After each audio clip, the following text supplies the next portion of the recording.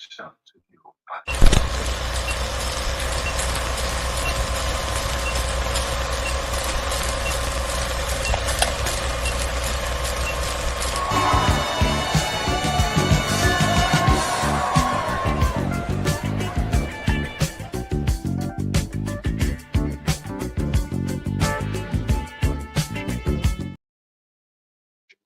right, welcome everybody. This is Chewing the Fat, a show where me and some friends get together and talk about everything and nothing.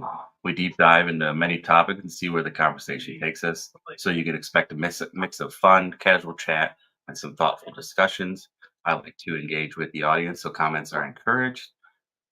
Tonight I have my regular co-host, DT, How you guys doing? and then I have a guest on, Mr. Fish. Howdy. Welcome. Thanks for having me. Tonight tonight we're going to talk about a cultural reset. You know what's going on in the United States. We're going to touch on the negative effects of AI, and then we're going to talk about the East Wing of the White House, which has been in the news for quite some time, and people are clamoring about it. Oh, how dare he? Blah blah blah. So, Dave, how you doing? Yeah, doing good. Trying to stay warm. It's definitely very cold, opposite to where you are. So, but I'm built for this weather, so I love it. There you go. Fish, how are you doing? Oh, I'm good. I'm in sunny Florida. I'm good. Worked all day, tired. There you go. It sucks. It sucks. But what are you gonna do? So I'm sure you guys all know about Dearborn, Michigan, right? Have you heard about Dearborn, Michigan? Yeah. Anything going on with Dearborn, Michigan? Just a little bit, not much. So I found this here. Let's zoom this in. Oh, actually, do this. Boop. So Dearborn, Michigan, I didn't know this, is famous for having the largest concentration of Arab Americans and Muslims in the United States. I didn't know that. Dearborn, Michigan came on the radar for me because there was this big protest going on, and a guy's slapped bacon on the Quran, which is that's not what you're supposed to do. But it's got the largest. It's the first Arab majority city in 2023, so it's been up there for quite a bit there. And they had riots and stuff like that. They what else did they have? All kinds of crap. But I gotta pull up a video. But they were in a city council meeting, and this I wish I could find it, but there's riots, there's protests, there are people in the streets talking about and then there is so Dearborn, Michigan. I didn't know it was that concentrated there. They have I think I had it up here. Let me share this tab instead. Stage. There we go. Let's play this. This is the video.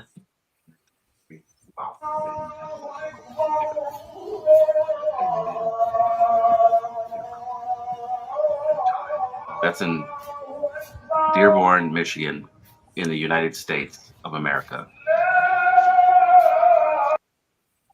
What do you guys think about that?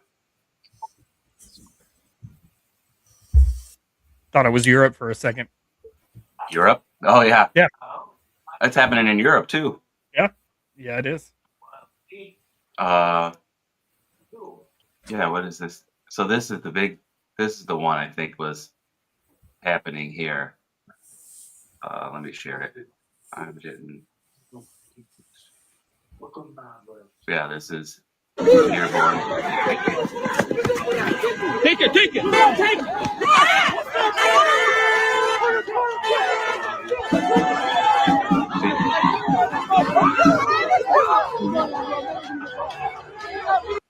I like that there's a random snare drum in the background.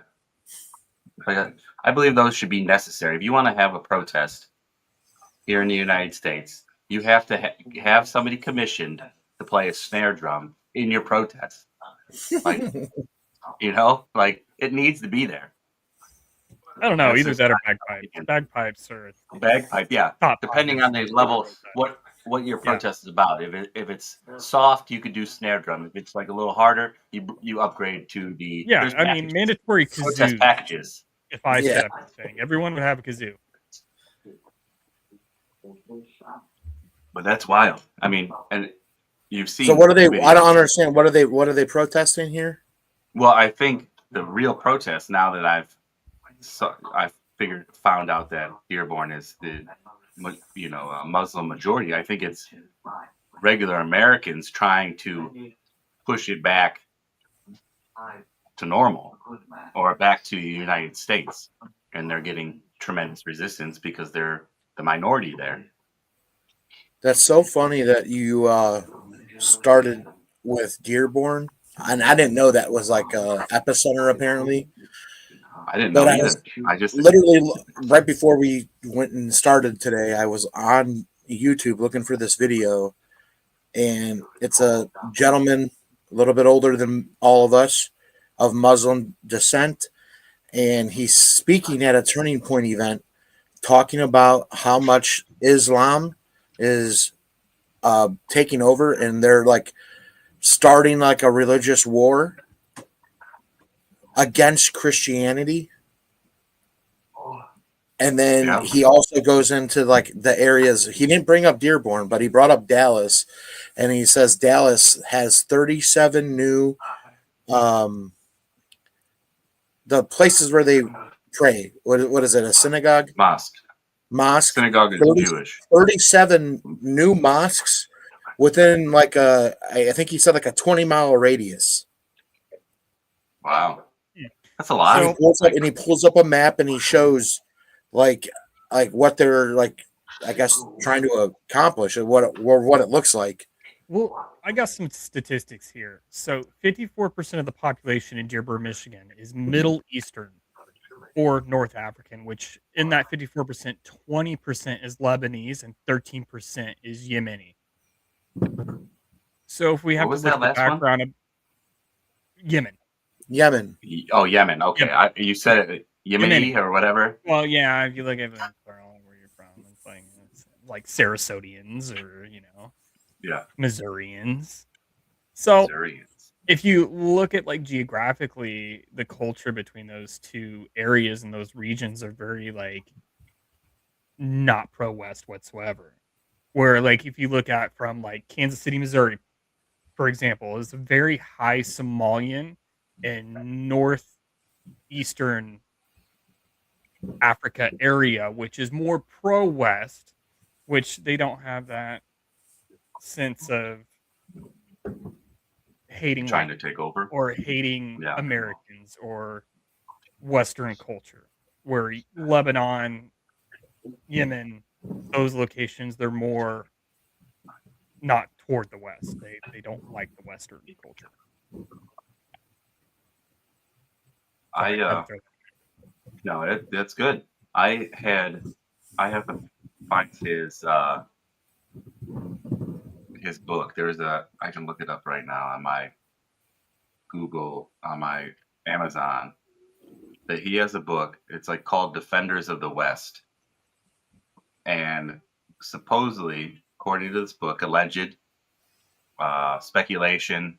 Everything here is just opinion. That the Crusades, the medieval Crusades, weren't to retake the Holy Land for Christianity and all that stuff. It was to stop Islam from invading Europe. Where's my list? I can give the author. He's been on a wish list. God damn it. He's been on a few podcasts that I listen to or I've heard him on. There we go. Being ridiculous. I have 99 books in my Amazon wish list. It's way down, but he wrote about it. I guess it's right here. Coming up. Sorry, guys. Sorry. It's called Defenders of the West, the Christian Heroes Who Stood Against Islam by Raymond Ibrahim. Ibrahim. That's what they originally did. And that's what the original, speculatory reason for the Crusades was to keep Islam out of Europe. But you mentioned Somalia in Kansas City. I love this guy. Let me share this to the screen here. This is Nick Freitas. Have you heard of him, Winner? No. He a Virginia congressman, like Virginia state congressman, and he said this. He's hilarious. So if you don't follow him, you should follow him because he's got a lot of good stuff. Somali immigrant. He's telling us what's what. meel kasta wax soo galayaan baa loogu daata dhalinyarada loo yaqaana mega ee loo soo gaabiyey Make America Great Again ee Tim Trump ahaa ay kala bahdilay dagaalku ha socdo saas ha lagu wado Minnesota anaga iska leh Mareykan anaga iska leh. Well, there you have it. They've taken Minnesota, and they're going to take out the rest of America too. And you have got to admire the confidence, right? That is a lot of bravado, especially when you consider that none of that confidence or bravado helped them to take Somalia. And just a quick tip here, Sport: if you don't have what it takes to take out a couple of strung-out warlords, you do not want to dabble with rural America because we got a lot of country boys and veterans that, quite frankly, they've been itching to get back into it. You guys see this video from Small? I've seen a few of his content. I like him. I like him. I was thinking about sending him like an email or a direct message to see if I could just, because he's got a lot, like he talks like that too, but then he has a lot of things about being a good man or a good father or how you do, like he's got a lot of good insight about just being a good human being. And I would like to talk to him about how, because he is a congressman. Like, how do we go about course correcting where the nation's going? How do we get to be better people? He's got, just his insight on all of it. But I thought that was funny. Like, it's happening all over the place. There is a channel I follow on. This, Mr. Secretary, is a bag of bushings. No, that's not it. It's called, I gotta zoom this out. It's called World Replacement. Like, let's just share my screen. And the stage. That's it. So it's all different things throughout the world. Like Afghani and Germany who stabbed a person is given more lenient sentence because stopped after only 6 stabs. All this stuff you gotta take a grain of salt. But there's a lot of times these are just people. I hear it. I had the stage. I said, here's England. It's just showing somebody walking with their phone.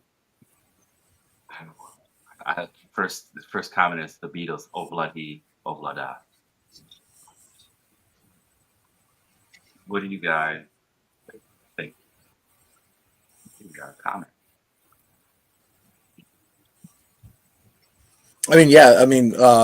They were. I don't have the stats, but there are actual stats that were done for the people that reside in that country that you just had a video of, saying right now, UK. Yeah, by 2030, I think right now it's like 1 in 5 are Muslim descent. By 2030, to be 1 of 3. So anybody who is actually born there doesn't actually stay there. And the ones that are actually residents of that country are actually of Muslim descent. Most of them. Oh, wow.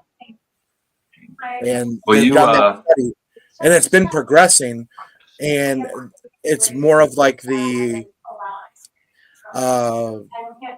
generational Yeah. family passing down to family, passing down to family, they have more of that than an actual 100% native who was born in the United Kingdom.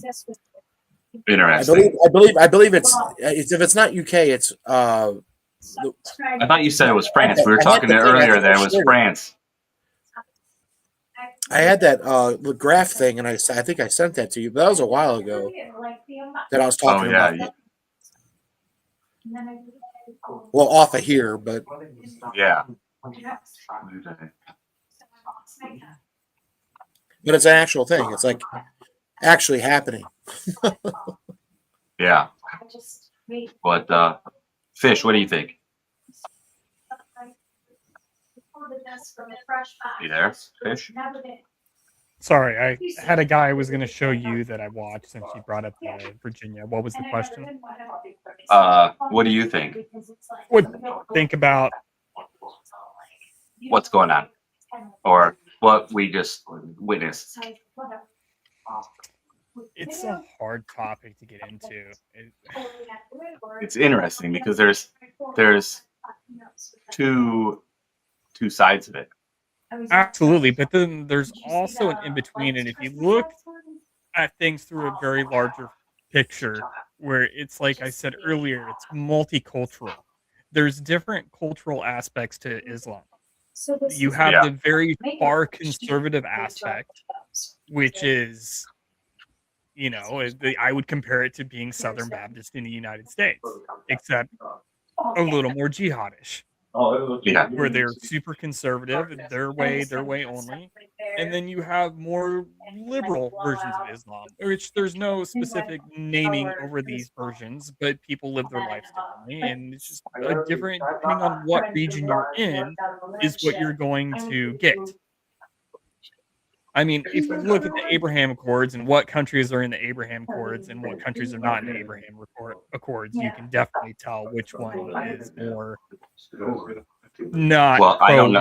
pro-West. What are the Abraham Accords? I don't know what those are. You don't know what the Abraham Accords are? So it's a series of normalization agreements between Israel and several Arab Muslim majority countries. So right now it's like it's a diplomatic relation between Israel, UAE, United Arab Emirates, Morocco, Bahrain. I believe Kazakhstan joined it. Sudan joined it. Saudi Arabia. And then I believe Syria wants to join it, or just the new government of Syria. But there's like 10 different governments in that country right now trying to set, a foothold within it. So it's just an agreement. 10, 15 years ago, would you ever think of those countries joining Israel? Maybe not. More for beneficial things for at an economic standpoint, right? What countries do you not see in those? Lebanon, Egypt, which they were in talks with Israel and our government for the Abraham Accords. Who else? Yemen, you don't see them doing it anytime soon. I mean, if you look at it through that standpoint, and what majority populations or cities like Dearborn, Michigan, Lebanese, Yemen, it's all a cultural aspect. You're going to get different reactions for different places. Same goes for when we were in war in Iraq. Shiite and Sunni, completely two different aspects, two different cultures. One were pro-West, was more against West. Well,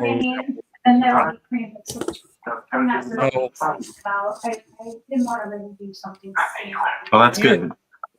You get all these bad apples coming from those countries to here, and they're becoming leaders at their local mosque. What word are they spreading to other younger Islamic youth within the country? Yeah,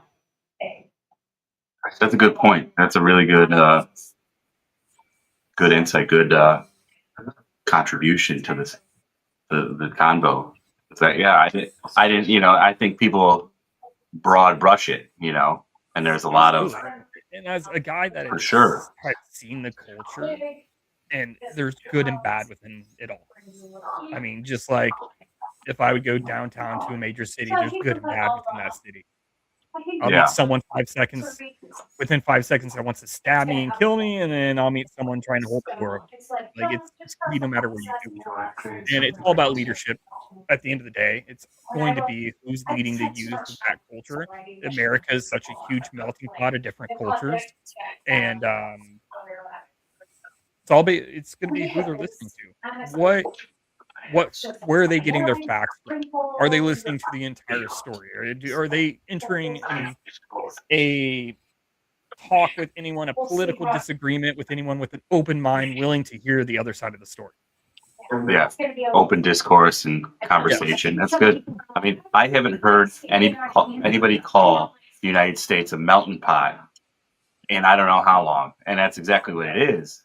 And I guess to touch on what you said, there's some that assimilate to the West and some that want nothing to do with the West, but they're here nonetheless. And it just who's the loudest is who takes over. Yeah. Yeah, I mean, for example, when I joined the Army, when I went to basic training, I came from Podunk, Northwest Missouri. I grew up in a town of 1,700 people, middle of nowhere, and I got thrown into a melting pot of. I had guys from Puerto Rico. I had guys from. People were joining just to get their citizenship. I mean, I had an Egyptian, I had an Indian, I had kid from downtown Baltimore, Maryland. I mean, all shapes, sizes from different areas. And throughout my military career, I was able to see different cultures from different locations around the U.S. and around the world, which opens your mind to what other people think and how they think in their culture. Yeah, that's good. I mean, you get multiple perspectives, so you can look at things more objectively. Mm-hmm. That's it. That's very interesting. When you're trauma bonding, everything comes out. When you what? Of course. When you trauma bond, everything comes out. Yeah. There you go. Trauma bond. Dave, anything to contribute? I mean, yeah. I mean, of course, you're going to have two sides to every story. Everyone's got a right. Everyone's got freedoms. Everyone's got, the things that are unalienable that I can't discern that I'm above or below anybody else who's been born here. So I don't recognize it as a thing of like this is something that would be like a potential threat for our country, but I do recognize it as some type of awareness that there is something that is going on. What it is, if it's for good, then it would be greatness doesn't necessarily get talked about more than, and we see this everywhere, more than all the bad stuff. So if it is for the good, they're not talking about it, and we're just making assumptions. And of course, then that's how they spin the narrative there too. What are they all saying? Big Willie style says my whole life is a trauma.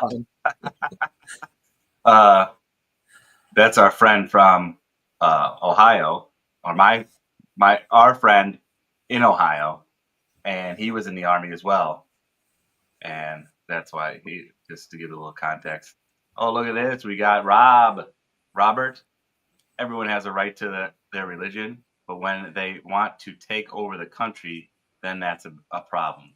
I mean, yeah. I mean, it's right to your religion. That's what we're talking about. The ones that come to the United States for the American dream, and others that they just want to destroy the United States from the inside.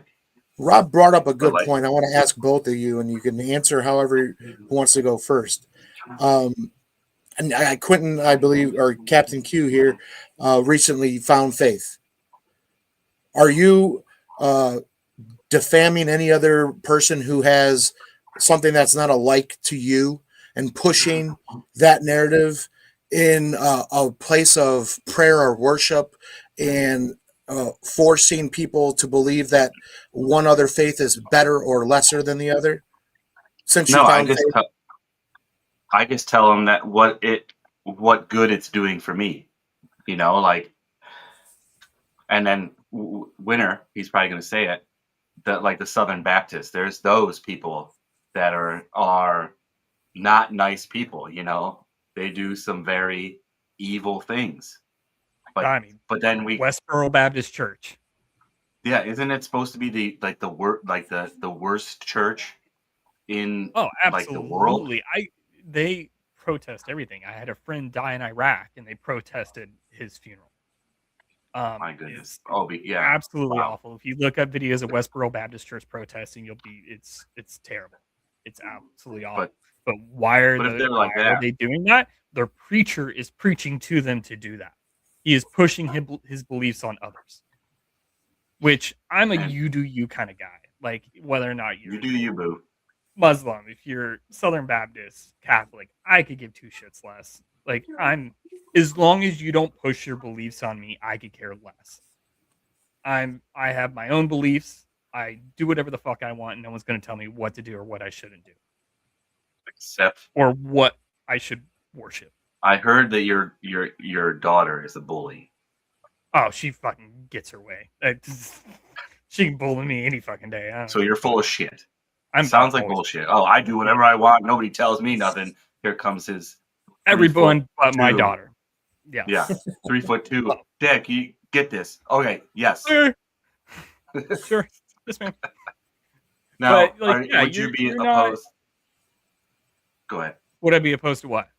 Would you be like? I tell people how it's doing good for me. Is that and something? That's great. It's doing good for you, but it might not do good for me. True. Very true. Everybody, all shapes and sizes. I have my own beliefs. If I want to be a Jedi, I can be a Jedi. That was an option to put on my dog tags and a religion I could have picked when I went through basic training. Why did you not? Non-denominational. That's what I picked. You did non-denominational, and you could have been a Jedi. I had better things to be doing. My gosh, you could have been a Jedi. It could have been an official government document. Yeah, people look up. Absolutely, look up it your was name an on option the internet. when I went through basic training. I don't think it's an option now. I don't think they recognize it, but for it to be an option within the military, you have to have a church and a following, and put in the right documents. There's the temple. Well, it's been destroyed. Oh, well, there's actually, wouldn't you be a Sith though? Is that an option? Well, I'm a Darth Maul guy. Oh, Darth Maul. Darth Maul. He's good. I heard there's much more in the canon and the books and stuff like that of his backstory. Like the manga is amazing. I say manga, but it's not really manga. I'm just anime reference. Yeah. Right, Robbie counted again. Islam is not the way. They show their religion, the religious dominance, praying in public. Why can't they just pray in their mosque just like Christians pray in church? Well, the reason why I was asking question is because they're pushing their faith, and they're saying Christianity is not a way to be someone who found their faith. So that's what like Islam from the core is known for, and that's what's been going on in most of these major cities that they're taking over. That's what that video, I was trying to find it before we went live. This gentleman was speaking on these major areas where their mosques are opening up in like a plethora. It's not like 2 or 3. Like in 1 year, 30 of them are opening up within a 20-mile radius. That's absurd. Now, like Winter said, within that group, there's a diverse group. So are these mosques of the same, just like Christianity, there's Lutheran, Baptist, Protestant, Presbyterian. Are they all the same? I didn't even know that.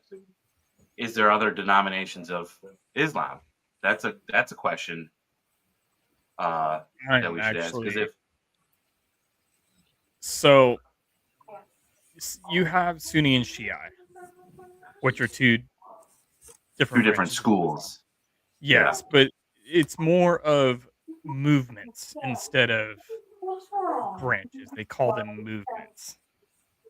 So Sunni comprises 85 to 90% of all Muslims. Sunnis follow the traditional actions and sayings and prophet of Muhammad.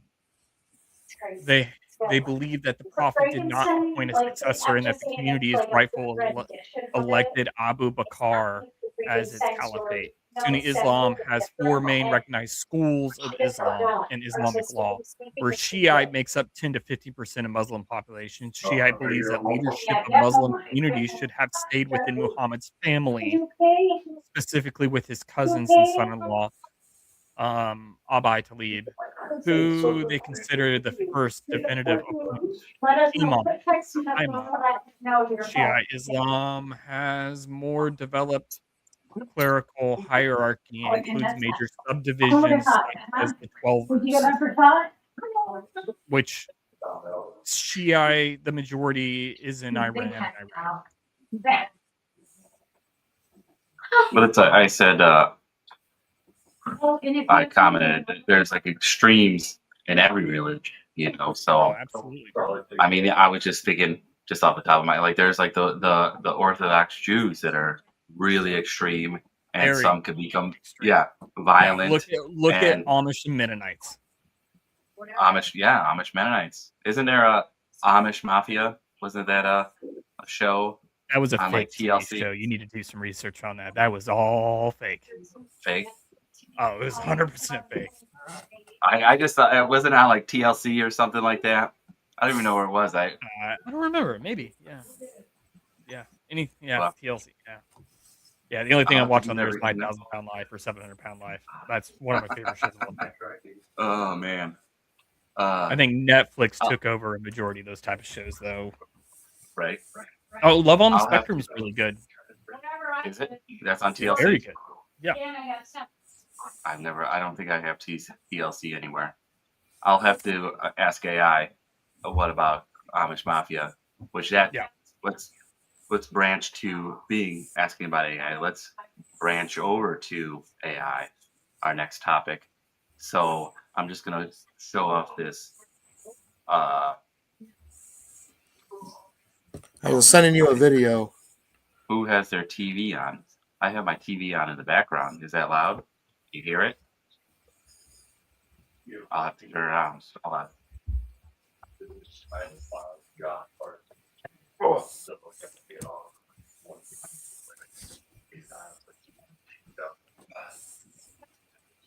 Okay. Okay. Oh, I hear it. All right, I'm back. So turn that down.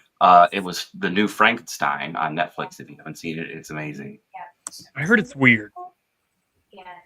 I liked it. It's Del Toro, so it's got a lot of imagery, a lot of colors. So Do you have the email? Do you have your email open up, Quentin?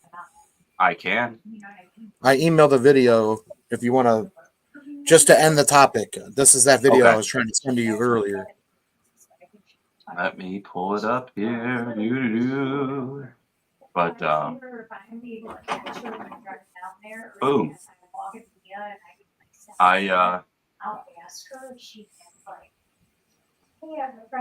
As it relates to Dearborn, Michigan, as it relates to New York, and the things we were just Okay. talking about. All right. Getting your own place, getting you guys on your own journey, you know. All right. Here we go. Turn that on. The mayor of Dearborn, Michigan is a Muslim. The mayor of New York City is a Muslim. The mayor candidate of Minneapolis is a Muslim. The mayor of St. Louis Park is a Muslim. You have to wake up or else your country will be Islamized. A Muslim imam I was listening to him. He lives in Florida, USA. He says, America will be a Muslim country. Islam will enter every house. every state, every city, every home, and in every church. And when your enemy speaks like that, believe your enemy. I am rebuking that Muslim imam. I am rebuking the spirit of Islam. And we are declaring that America belongs to Christianity. The UK belongs to the God of the Bible. Australia belongs to the God of the Bible. I am warning Australia, UK, and America. Stop mixing with foreign gods. That was the warning of the prophets in the Old Testament. Stop mixing with the foreign gods. A warning to America. Very interesting. I mean, he's passionate. Oh, we lost DT. That's a good bit. I mean, like, but then there's extremes, you know, like, and it, like you said, Fish, the loudest voice is the one that's going to take over. So Yeah, I mean, absolutely. It's and all the ones that leadership. yell the most. But he sent it to my messenger. But they but it's getting, and you know what, with all that stuff too, and going into the AI topic, you got to take stuff like, you know, not that guy on the speech, but things you see on the internet with the, oh, they're doing this, they're doing that. I mean, they could be, you know, they could be creating, you know, there's that's, what is it called, Sora now. They're making very believable videos. So possibly provoke. I'm having a lot of response. fun with that, by the way. I have bet some you are. good ones. Let's add this one to the stage. This is just a little infographic that I actually had AI make up. It's the ripple effect. So I used the Notebook LM that helps. AI helps, you know, you research a topic. Of course, you got to test everything, but from basically we'll summarize it that the use and the emergence of AI is like a double-edged sword. So it's going to make, you know, it's going to automate a lot of jobs or make jobs really easy. But then you have people, this one says a white collar bloodbath, you know, so a lot of jobs are going to be lost to AI doing it. So that, and then like it says like the infrastructure or like energy wise, like Fish's computer is water cooled, so it takes a lot of water out of regions, but it can actually help with energy and stuff like that. Yeah, the data centers are supposedly drying out areas because they need to be cooled. There's the cognitive decline. People aren't doing their own research. There's not. So basically, in a nutshell, it's a double-edged sword. This is the thing that, I'll pull this up again. This is the thing that was concerning to me, is that the governance gap. So organizational AI use is, according to this, is 83%, but the dedicated governance for using AI is only at 7%. So to me, that, just my opinion, is that that's going to create a Skynet scenario. What do you guys think?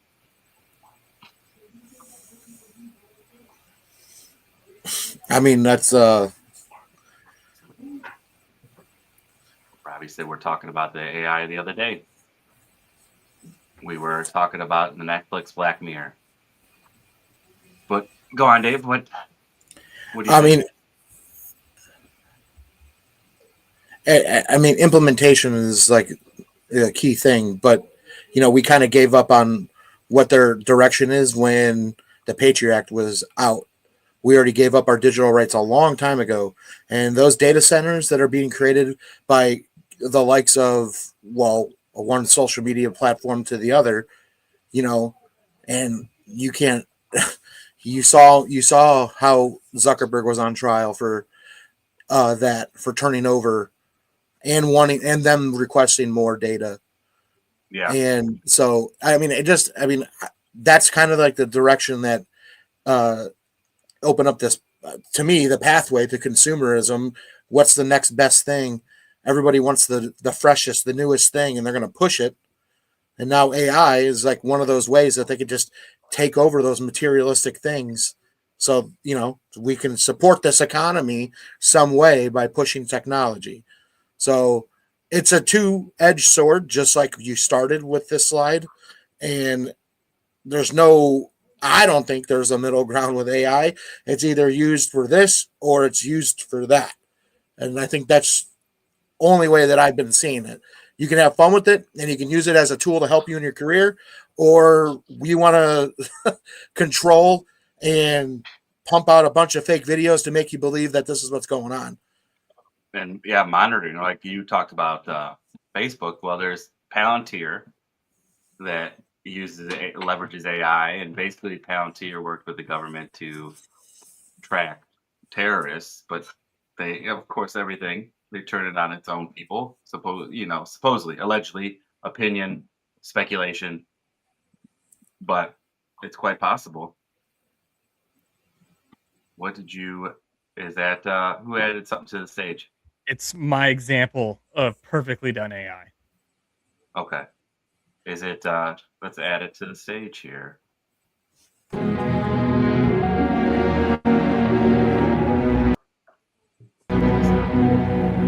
it's loading. Hold on. I gotta start it over. Robbie will understand this.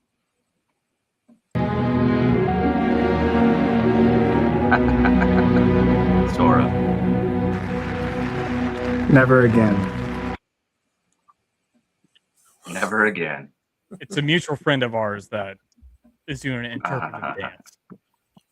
But it looks just like him. If it didn't have the watermark on it, no one would ever know. Well, we talked about it on another show that we use our cell phones. A lot of people do talk to text.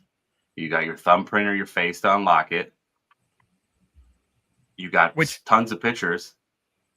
If you can talk to text, which makes it way easier to make those videos too. That's instead of just sitting there, you can be as detailed as you want, talk to text. I saw one today. If you ever watched South Park, Dave's a big South Park guy, or used to be. The Loch Ness Monster. I'll be about 350. I saw one done live today, and it was the Loch Ness Monster from South Park asking a man for about 350, and it was just it wasn't in cartoon. It looked like everyday person. Real People. It's amazing. They got those deepfakes now. They used to have the deepfakes. Now they don't. Then now AI is making deepfakes. The way Sora is doing it though is I can't. Maybe in the future I can just take a photo of you, or video of you and do whatever I want to it. Where right now you have to be friends with that person. So like our coworker, I am friends with him on the app, so I can add him and make him into any video I want. And he can also do the same with me, but you have to scan your face and you have to talk into the microphone, and it will actually take your voice and take your face from all directions and make a video. Wow. People are doing that willingly. And there's ways around it. Like, yeah, they have a terms and condition and content violation and stuff. But if you word it in certain ways, you beat the rules. You just have to play around with it. And I can make you say whatever you want to say. Yeah, and you could do that. So, and that's what is at our fingertips. And to go down, just to be a conspiracy theorist, what do you think that the government can do with it, or the organizations can do with it? Yeah. Anyone can spread any message they want to spread. Yeah, I mean that's what any news agency already does. They can spread whatever they want to. They just reword things to be a different way. Yeah. Although they are telling the truth, or they cut out information in ways to spread whatever they want. Exactly. And that's what I was like this tail end of what I was saying there was like they can use that in that kind of a way. They give it to us in the technology right now where it's like iteration where we can have fun with it, and we see that it's fun, safe, and then they know that we're okay with it, and they can pump whatever they want. Yeah. Here's your favorite newscaster reporting news that's not even true, and you believe it. And depending on what that organization who it's ran by is what they're going to do. Well, I mean, I knew it. You have like Hollywood movies, like maybe it was Don't Look Up, and they had like Anderson Cooper or whoever on the news, like it was the news, but it's a movie. It's a fictional movie. So that's what I posted it on one of the social medias. Like, what's the difference between, the news broadcasts have a stage, a script, lighting, a director. So do Hollywood movies. They have a stage, a script, lighting, a director. So what's the difference? One's supposed to be telling us the truth, and one's fiction. Like that's what I said. Is you have your phone, you have thumbprint, you have all that stuff. It could get to a point, a little bit of 1984. It could get to a point where you are at a crime that you were never at. Your thumbprint's there. You're on video because they can just add you to video. With civilian technology, you can add people to videos. So you could be like, oh yeah, he robbed that bank. Wait, I wasn't. And I mean, a normal person like us, we don't have lawyers that can fight it. You're done. Oh, you have a solid alibi somewhere else. They're bullcrap. Yeah. What speculation, alleged. Tyler Robinson. He was supposedly far away, far enough away where he couldn't commit. Oh, does that mean you have an idea? You turned on the light? I didn't turn anything on. I thought it was turned on, and it just lit up. That's crazy. Fish. I think DT has been compromised. They hacked into his power grid. They have him. That's crazy. I really hope they're obviously. Yep. That was weird. They're monitoring. That was weird. They're monitoring. I thought maybe you had an idea. Robinson. Who is that? The guy that is the alleged shooter for Charlie Kirk. Charlie Kirk did the assassination. Oh, do you guys listen to the Sean Ryan podcast? Yeah, he had the head of security on there. I didn't get the chance to watch that one. It was a tell-all. They already knew it. It was because you got to look through it through his standpoint. Is that man ever going to get hired again as private security? No. So he has to go on there, and you don't know whether or not he's telling the truth, but more like it's Sean Ryan. Sean Ryan vets his guys pretty well, and what he was saying is that their job is close areas. They're watching the crowd. They only have so many guys there to watch the crowd and watch anyone that's close to Charlie. Where I guess the local police department were in charge of the roofs. And apparently they told them that they were going to get drones up in the air and they were watching the outlying area and the roofs of all buildings, which a drone never got put in the air. Interesting. I did see, I went to the Sarasota County Fair one time, and there are drones, and I just walked by the sheriff's, and it's a crystal clear photo, like crystal clear, like probably even clearer than our videos right now. And it's like flying over everything. And it's amazing. And it is interesting. I think my girlfriend Laura mentioned, she's like, why wasn't there any drones in the air? Like, why this? And local police. But that's a classic, anything bad happens and there's big players. Oh, that was the local police. I'm sure if you look at the Kennedy assassination, well, who had control? It was the local police. They dropped the ball on that one. It was us. In which, from a tactical standpoint, it's basically impossible to secure an entire downtown area with 15 to 20-story buildings. You just can't do it. I mean, no. You're looking at threat assessment, and you got to mitigate the threat by having an enclosed motorcade with bulletproof glass instead of an open top vehicle. It was, it was an inside job, in my opinion, alleged speculation. I'm just here. Got to savor everything. But that's But back to our point that you could be you could be tried and convicted of a crime that you were never at because AI put you there. Like there's supposedly, I'd have to do some digging, but it's called, supposedly I think it's called Vault 9. That's what they call it. Is the conspiracy theory. Vault 9 is where they have all that stuff, all that technology, deep fake. There was all those stuff. I'm sure, Dave, you saw it online probably. Maybe Fitch did about like how many Bidens are there? Yeah. Yeah. So there's like different pictures of Biden that there are certain things that, like I guess the big one is the earlobes. Is certain people have certain kind of earlobes and they don't change throughout your life. You have attached or you have loose, and there's times where but there's the deep fakes where they can make masks, they can make images, stuff like that. It's just it's like even with Photoshop nowadays, like I can take you and put you next to the Great Wall of China. I mean, like I can do whatever I want. Yeah. I can edit your appearance all I want. I can turn you into a female. I can do whatever. As long as I'm good at Photoshop, I can probably do it. And so they're good at Photoshop. Now it's getting where you can have tangible AI evidence to in places. Photoshop you.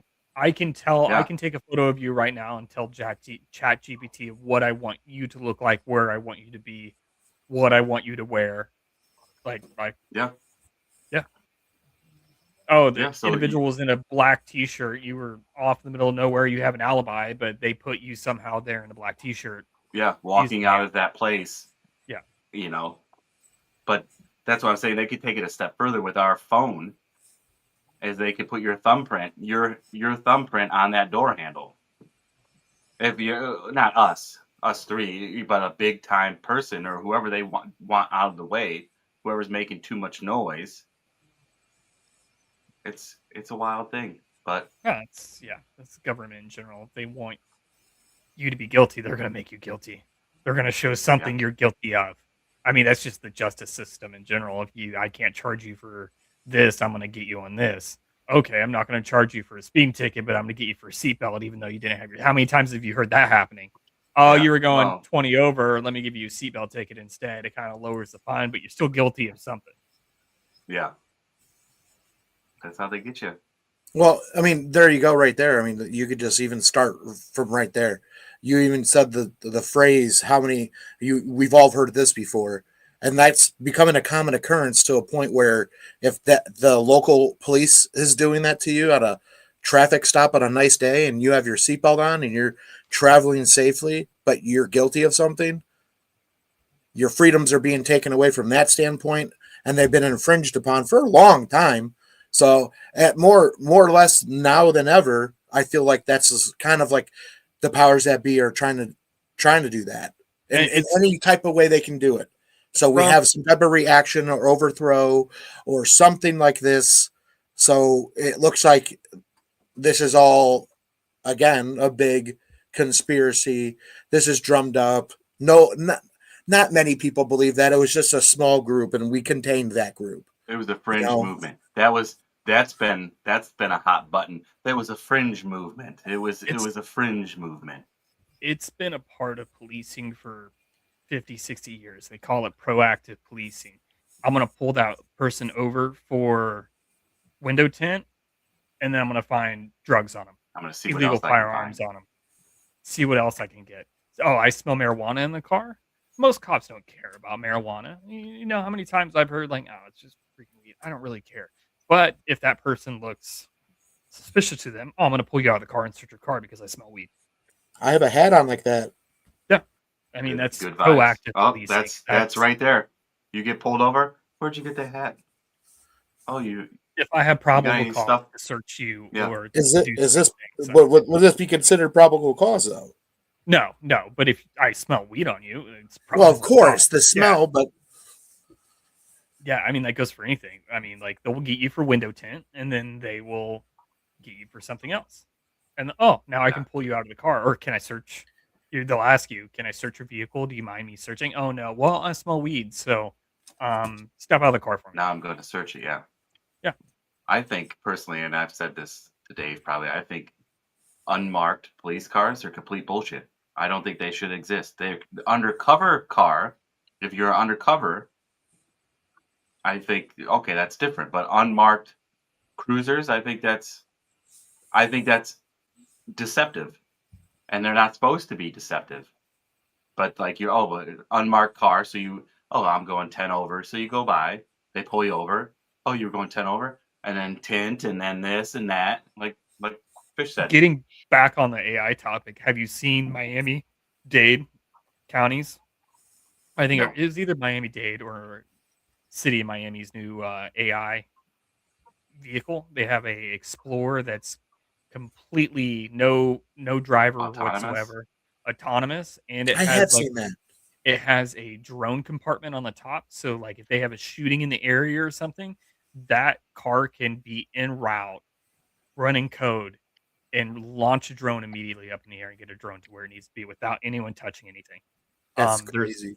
also I speak going back to Sean Ryan. If you go to his YouTube channel, and he has a new video out that is a drone manufacturer, and he's showing these like new. I mean, they have the new quad drone, but the cool thing about the quad drone is it has a weatherproof compartment that is out for sale, and that the city law enforcement agencies and county law enforcement agencies can buy hundreds of them and place these unbreakable compartments anywhere within the city. So if they have an incident in that area, either an officer or AI can get on that drone and launch it from that area.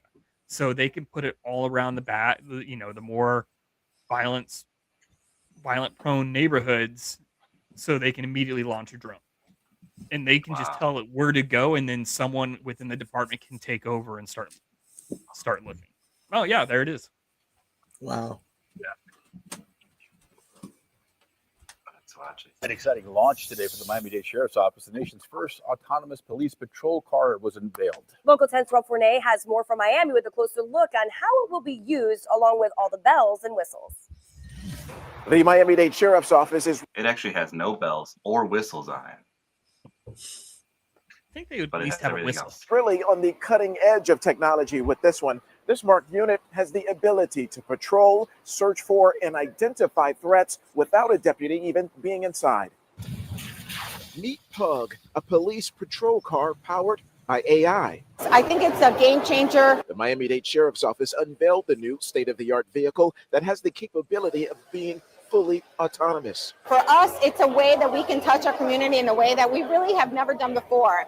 And we are setting the standard. It's a way to touch our community without touching our community. We send the car in so we don't have to touch our community, but we are in touch with our community. What will be the future of law enforcement for this country? There is no other police vehicle on the road in the U.S. that's like PUG, which is an acronym for Police Unmanned Ground. The high-tech patrol partner was donated by the company Policing Lab and is equipped with 360-degree cameras, license plate readers, audio sensors. What a terrible name, too. Pug. Check this out. Like, you could name it Puck or something like that. Police Unmanned Cruiser, Puck. That's better than... And especially, oh man, here comes a Puck. Let's get the Puck out of here. Come on. Just Pug. What a terrible name. Pug. That is a bad name. They changed it here in Sarasota County. They used to have SCAT, the Sarasota County Transit Authority, but they changed that name because of this terrible name. Check out that Now clip it's like- I just sent you and fast forward to 11 minutes. Where'd you send it? It's in the chat, private chat. Ah.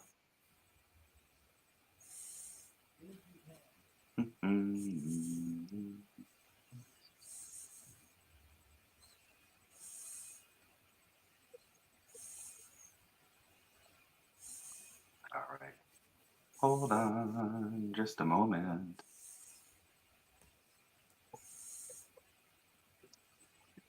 All right. This one right here?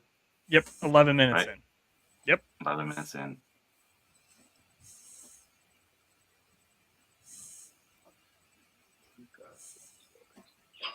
That's it. Dude, that's awesome. Yeah. That is awesome. it's an amazing set of technologies that come together to make all that possible. What's this thing? What's this robot thing over here? Yeah, so everything that we just did, I kind of think of as like the classic experience of flying a drone. Like you've got the controller, you're on the ground, you can do some incredible stuff. And the autonomy system makes it much easier. You know, like you'd never flown a drone of this class before. Literally a few seconds, you were comfortable flying at high speed through the obstacles. So it's great. But the next chapter is dock and remote operations. And that's what we've got here. So cool. This is really the future. This is where the industry is going. So this is the Skydio dock. This is basically like the network connected charging base station for the X10. So it's got a wind sensor, rain sensor on top. It's got everything it needs to keep the drone ready to fly 24/7. So it's got a heating system, a cooling system. It can melt snow and ice off of it. And it's basically designed to operate in as extreme weather conditions as possible. So it opens up here. It's got the X10 inside. What? So this is what turns the drone into a fully autonomous device. So this is what's staged all over all these cities. Exactly. Yeah, it's installed like infrastructure. And, you know, it kind of turns the drone into like a cloud. I like how he looked right at the camera and he's like, what the fuck? Yeah, installed through all infrastructure. You can put it, for example, in my hometown, Kansas City, they came out with, we started using this this device overseas where it would tell you if you were getting in a tick or getting shot at, getting into a firefight, it would say 762 300 meters west. It would tell you the direction of where you were getting hit from. Because that was a big issue. And because, I mean, firefights in Afghanistan, most firefights were over 600 meters away. So it was an issue of not knowing where you're getting shot at from, especially when you're in an area you don't know. And they came out with this new system. They started using it on the civilian side where they were placing these things on bus stops through really bad neighborhoods. So it could tell where that gunshot happened from within a meter. Wow. Exactly the location. Well, they had to get rid of them within the city because just the amount of gunshots that were going off, local PD could not keep up, so they turned them all off. But they were putting them at bus stops all around the city. It would show you exactly where that shot was fired, what caliber of shot it was, whether or not it was a rifle, handgun, shotgun, and just to the exact point of where it was shot from. That's crazy. That's like how crazy wild. good the technology is what I mean. Yeah. Mm-hmm. And yeah, that's it. It's wild. Like, but you know, we have this technology, but you know, we can't. We're going through the rigmarole of who shot Charlie Kirk. You know what I mean? With what and where and like. Yeah. But this stuff's out here where you could have it. That drone and the cop car. I think it was in Venom, where there was a cruiser and then drones popped out of the cruiser and went after it. Maybe it was it's definitely a sci-fi movie. It was like I think it was a Marvel movie. I'm thinking it's Venom, where they're chasing him on the motorcycle and those drones come out and go after him. That's what it reminded like. Mm-hmm. And very soon it will be that way. The Air Force just tested a mass. What aircraft did they use? I think it was an F-15, but it was a multiple drone launch system. So it had 300 kamikaze drones on it that they were able to launch from one air platform. Wow. Well, that's there is. What is the Spider-Man with Mysterio? It's all drones creating things. Mm-hmm. That's wild. Like that's what they're using in Ukraine right now is absolutely insane. They went from you'll see in a lot of the videos where they'll use countermeasures, just jamming different frequencies. So if you see a lot of those videos, and as it gets close to target, the camera starts like phasing in and out and in and out. But once you commit, and that's why they're able to hit the targets. But the technology to stop these drones is basically, it's impossible. A lot of those guys in Ukraine are starting to go back to 12 gauge birdshot to get rid of these drones because that's all you can get. Drones. Absolutely. And the Army brought back the 870. The Marine Corps brought it back, and the Army brought it back. And what's the 870? Shotgun. That's a tactical shotgun. Tactical shotgun, and they're bringing it back for that specific reason because that's the only way they can find to combat some of these drones. And there's videos in Ukraine of roadways for miles covered in net, just a giant net all the way, a square net around every roadway for 20 to 30 miles because the issues with the drones. Oh wow. That's wild. Once they started shooting more drones down and using more jammers to stop these drones, they started going with fiber optic drones, which they were getting cables that were 20, 30 miles long, and it's a direct connect to the drone. There's photos of woods in Ukraine just littered with cables. I mean, it looked like spider webs everywhere, and it's from the fiber optic drones that they were using because they were getting really good at starting to jam. So now it's just there's no frequency you have to run on, and it's a direct link to the drones, so there's no jamming involved. And they have so much cable that you can go in and out of trees without, as long as you keep going forward, it's not going to matter whether or not you get tangled up in it. Because it just keeps going, yeah. Because it just keeps going. Interesting. Yeah. Wow, that's wild. That's wild. I just watched, I went on a Predator marathon, and it was Predators, and I thought it was interesting that Adrian Brody was carrying a shotgun in his thing. That was his weapon of choice, but I guess it's going to be people's, that's the war. Drones versus shotguns. You brought up it's a different, has nothing to do with what we're talking about. I shouldn't even say it. No, go ahead. I'll be right back. Well, who's the sheriff in Stranger Things? It starts with an H. Hopper. Hopper, that's it. He brought up Predator. When not Bennett, no, what's his name? I can't think of his name. Carl Weathers, what's his name? I don't remember. I just started the new season. Well, I'm talking about the original movie. Oh. The first one. Well, Carl Weathers basically has the dog tags to a fallen soldier whose nickname is the same as the sheriff in Stranger Things.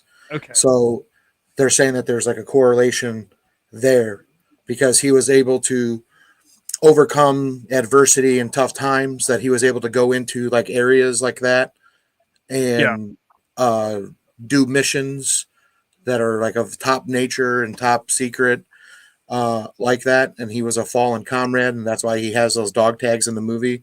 They're saying that it's the same character. There was like a fan theory. I thought that was pretty interesting. Oh yeah. I caught the beginning of your conversation, what you were saying, and then the end. So I know what you're talking about. Hopper is Hopper from the Predator. That's a theory that people are. I thought that was pretty cool. It is pretty cool. Had nothing to do with AI, but hey, it's all right. So, Dave, how about you lead us on our last topic, because you were the one that talked about it, and to me about the East Wing of the White House. Yeah, so I mean that's been in the news, and of course, people are upset about it.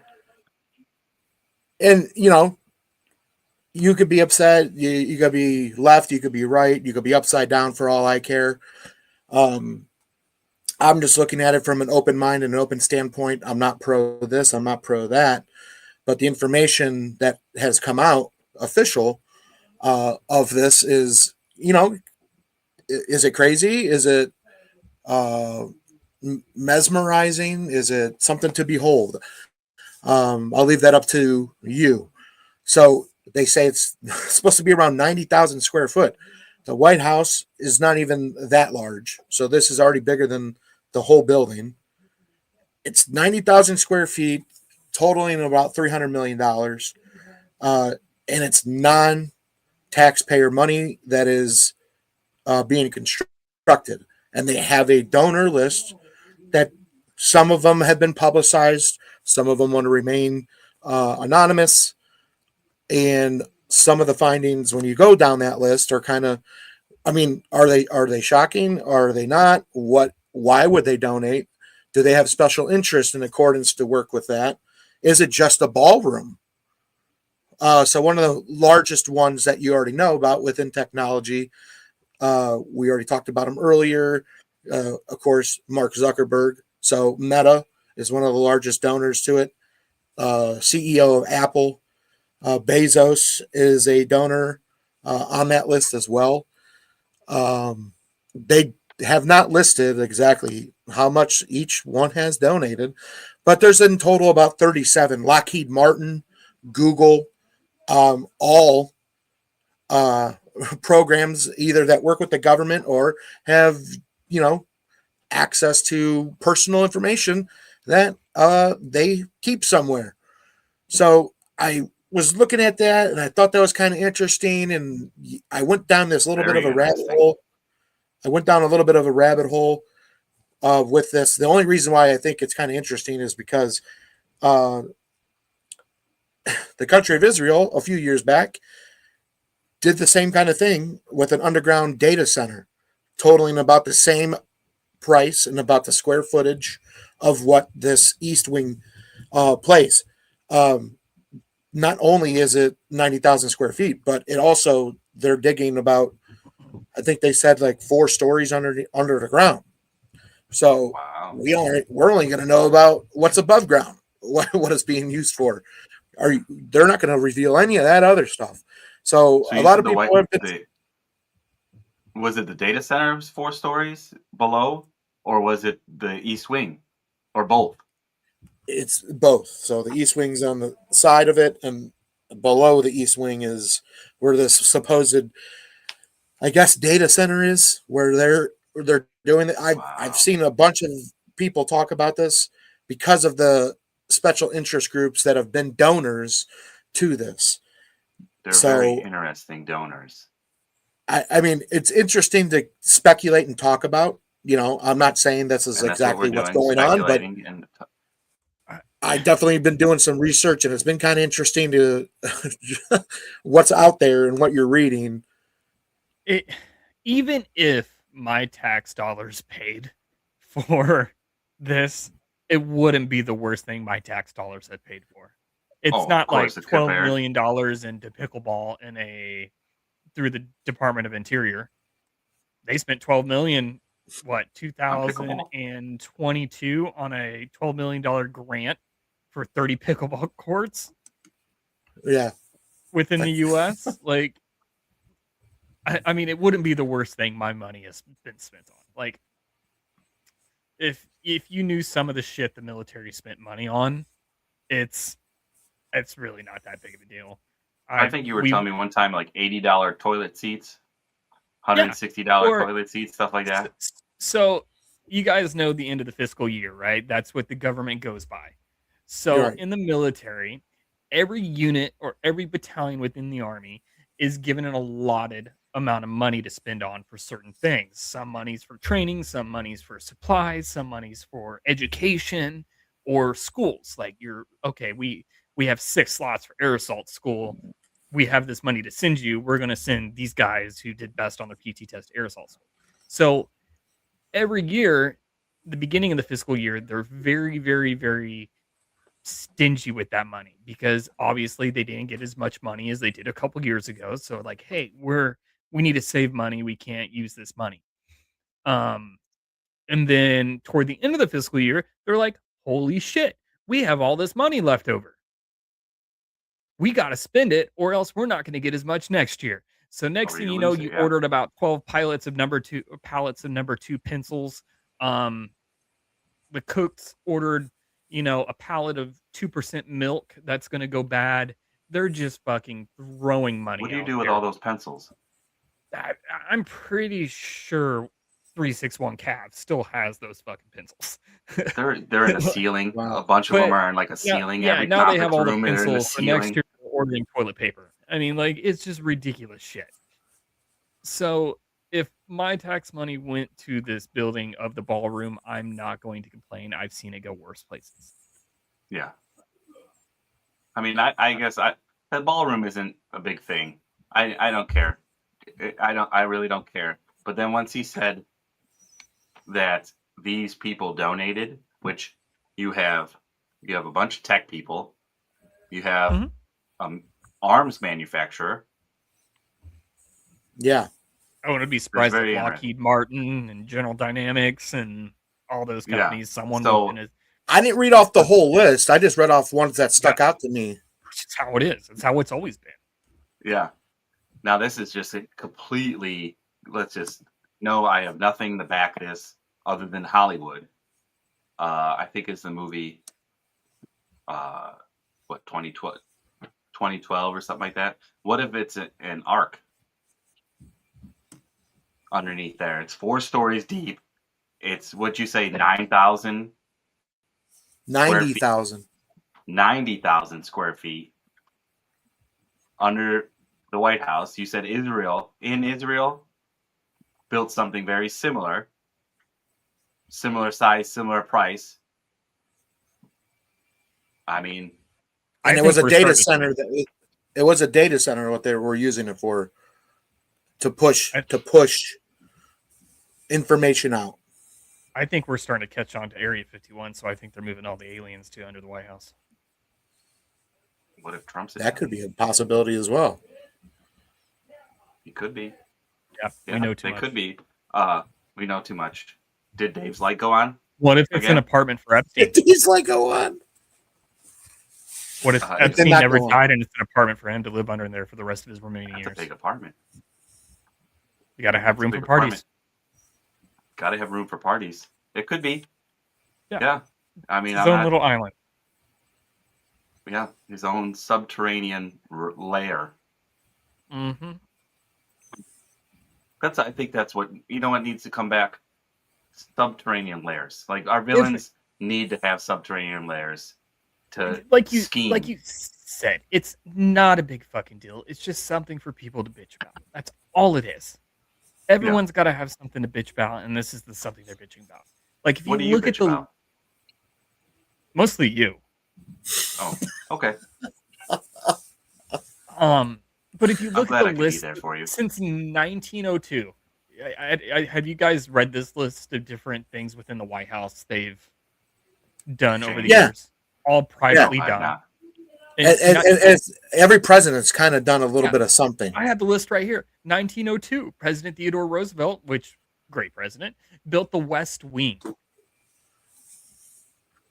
Like he built 1909, William Howard Taft remodeled and expanded the West Wing. 1913, Woodrow Wilson demolished the Colonial Garden, modernizing the Rose Garden today. 1927, Calvin Coolidge oversaw the renovations to the upper floor and the attic of the White House. 1929, Herbert Hoover remodeled the West Wing, including What do you think is in the attic of the White House? You think it's got stuff like the Goonies, like old maps, and one of those things? Most of the time, the presidents are old men, so I wouldn't be surprised if it's not his Playboy collection. That's where my dad would keep his. Yeah, in the attic. Yeah, old 80s Playboys. Dave, what do you think? Keep the bush alive. Exactly. It's just it's just, that'd be cool. Like it's bushy. Like an homage to like each generation's nostalgic thing. President's got to keep. Like a history of perverted presidency. Boom. Something like that. That would be.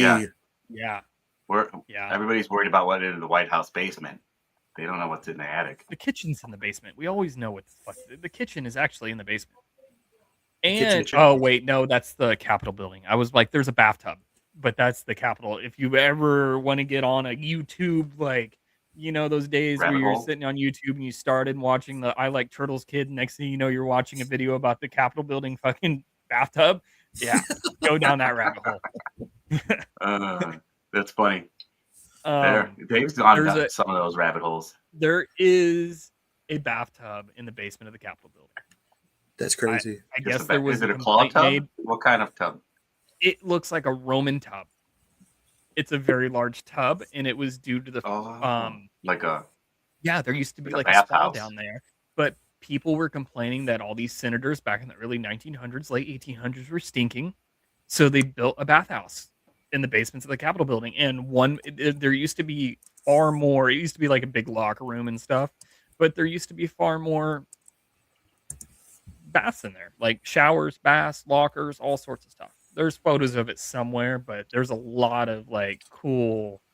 I think they still do. It's a private tour that you can get to go down to the basement of the Capitol building. Go look at the bathtub. It's like it's its own YouTube thing. It's pretty interesting. But back to it, I forgot who it was. Who put the bowling alley? I mean, Nixon. Nixon built a bowling alley. I think it was in the White Nixon. House. And it's Well, still he's there. adding some fun to the White House. I think My the West goodness Wing's been gracious. redone 30 fucking times. Kennedy constructed the modern Rose Garden. Nixon converted a swimming pool into the press briefing room and added a bowling alley in 1973. Ford installed outdoor swimming pools in the South grounds and financed entirely out of private donors. 1993, Clinton undertook a restoration and refurbishment of the Executive Mansion. In 2009, Obama resurfaced the South grounds tennis court into a basketball court and added a Right. White House kitchen garden into the South lawn. And then there was one. Good night, Rob. president- Rob posted. Good night, Rob. Oh, see you, Thanks, Robbie. guys. I'm out. Have a good night. I didn't mean to cut you off. Oh, you're No, good. You're good. finish, yeah. You're good. I'm not even looking at it, so I didn't see him leave. But there was one president that completely gutted the entire White House and redid it from the ground up. Everything but the exterior. I forgot who it was. I saw a documentary on it, but there's photos of it from the early 1900s, late 1800s of the White House was just a giant blank outer casing. Was that Hubert Hoover It might have been. or before him? Maybe, but it was just a blank exterior building, and the inside was gutted. There was no floors. There was nothing but the exterior of the building. Wow. There's photos out there of it somewhere. But it's interesting, you know. Those donors are very interesting. You know, maybe they just want a cool place to hang out. We don't know once it's fully renovated. Maybe it's going to be like maybe added an arcade. That needs to be. Nobody added an arcade yet. When I'm a president, there's going to be a gaming room for sure. You get all the classic arcade games. Yeah. You know, air hockey, pool table. We don't know. 1950, it was gutted. Actually, 1950. 1950. There's photos here on the White House's website from the National Archives from 1950. Oh yeah. Yeah. But we have It's just- have very short memories. So people don't even like, oh, he's doing this, and they don't even look back a couple years. Right. And What's crazy is until they crack down on private funding, look at the early 2000s and George Bush's time in office. Who was a big private funder of private military contracting? Dick Cheney. Dick Cheney Oh, yeah. funded Blackwater. He gave money to Blackwater. He funded Lockheed Martin. He invested a bunch of money in Lockheed, Northrop Grumman. That's where he made a majority of his fucking money. Right. Who was in George Bush's ear during the invasion of Iraq and asked him and kept telling him to invade Iraq? Was that Powell? No, it was Dick Cheney. Dick Cheney had a Cheney. lot of pull within the White House of the Iraqi invasion. and he's got investors. It's here. That's when invade here military so I can make contracting became huge because everything started all the way down to our porta shitters are privately funded. Wow. I mean, the Burger King, for example, United States military is the only military in the world that can invade you and have a Burger King on grounds within 24 hours. That's just the United States ingenuity. That's crazy. And you think I'm fucking with you? We have a semi with a Burger King on a trailer that we can pull into any country on a C-17 or fucking C-5. Wow, that's wild. We That's had completely Starbucks. crazy. We had gas stations. We had Burger Kings, Pizza Huts, Popeyes. What was the gas station? Was it a 7-Eleven? Oh, it's just an AFES. Like it's the PX. It's all it is. It's Oh, just like okay. a post exchange or base exchange, whatever branch you're in, whatever you call it. But it's just a little PX, and it's just nothing but energy drinks and nicotine, basically, and like little things here and there. But yeah. But I mean, privately, like look at Burger King. It's a private company that, and if you go on to military installations, you only see a few fast food restaurants. You have Burger King, Popeyes, and Pizza Hut. That is it. I mean, that's a good And then variety. once you start getting into like the PX shopping malls, you get into like Charlie's, which is that Philly cheesesteak place. You get the Euro place and that one pizza place that's in every shopping mall, Sabaro's or Oh yeah, Sabara. yeah, one of those. But and that's what we had overseas too. There you go. So, well, go ahead. Oh, you're good. You're good. You're good. Oh. So, like, just the private industry within the U.S. government. Just think about who had to donate to get Burger King in there. Who had to donate? You know, that's just how the government works. And until they crack down on that shit, it's going to continuously happen. Yeah. People are going to make money out of the government. Same way with Nancy Pelosi and Chuck Schumer. Where did they get all their money from? How are they millionaires? Because I know sure as shit that what's the salary of a U.S. senator? 200. I think it's like 425,000. Yeah, it's like 300,000, something like that. It's 3,000, somewhere around there. But she has 20 multi-million-dollar properties Her all net over the worth world, is, yeah. all over the country. Where does she get her money at? Where does her husband get the money at? Stocks. Yeah. Investing money into certain things. Until they cut that shit out, it's going to continuously happen. Yeah, And it will I agree with you. I 100% agree. Go ahead, since you're talking, Winter, give your closing remarks for the evening. I could talk for hours. I really have none. I'm more of a I like topic this. guy. Once you I bring like how up you the just look topic, mortified at the camera. Go ahead, Winter, with your closing remarks. AI's Well, ridiculous. I thought you were just going to stare. Put your closing remarks.